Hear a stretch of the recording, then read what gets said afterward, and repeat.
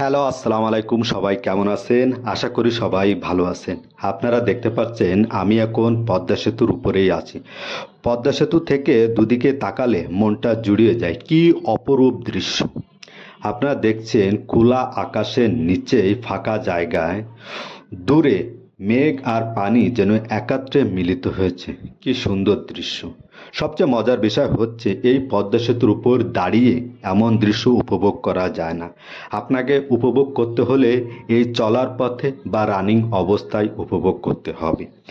পদ্মা সেতু মূলত দক্ষিণ পশ্চিম অঞ্চলের মানুষের অবিশ্বাস্য পাওয়া বা অর্জন।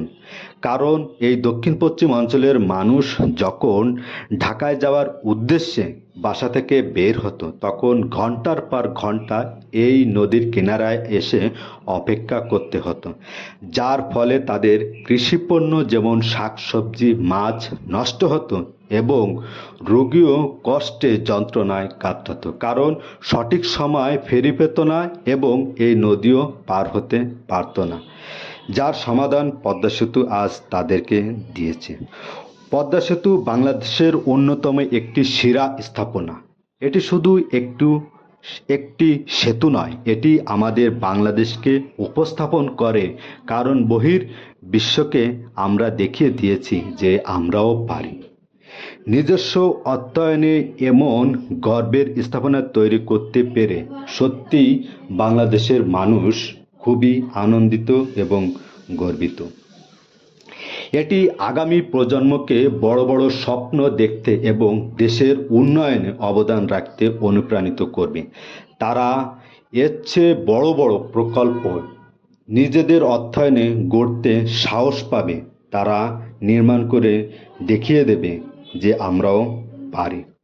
পদ্মা সেতু মূলত মুন্সিগঞ্জকে শরীয়তপুর মাদারীপুর সহ ২১টি জেলাকে সংযুক্ত করেছে। তারা এখন সহজেই ঢাকার সাথে যোগাযোগ করতে পারে। পদ্মা সেতুতে দুটি মাদার পিলার রয়েছে, যেটা অন্য অন্য পিলারের তুলনায় অনেক বড়। এটা হচ্ছে দুই পাশে দুটো পিলার স্থাপন করা হয়েছে। পদ্মা সেতুর মোট পিলার হচ্ছে ৪২টি এবং স্পান হচ্ছে ৪১টি, মিলেই এই পদ্মা সেতু তৈরি হয়েছে। পদ্মা সেতুর প্রস্থ হচ্ছে ১৮.১৮ মিটার। এবার হচ্ছে আপনাদের জন্য কুইজ। আপনাদের বলতে হবে পদ্মা সেতুর দৈর্ঘ্য কত কিলোমিটার। যারা সঠিক উত্তর দিতে পারবেন তাদের জন্য রয়েছে এ নলেজের পক্ষ থেকে প্রাইজ মানি।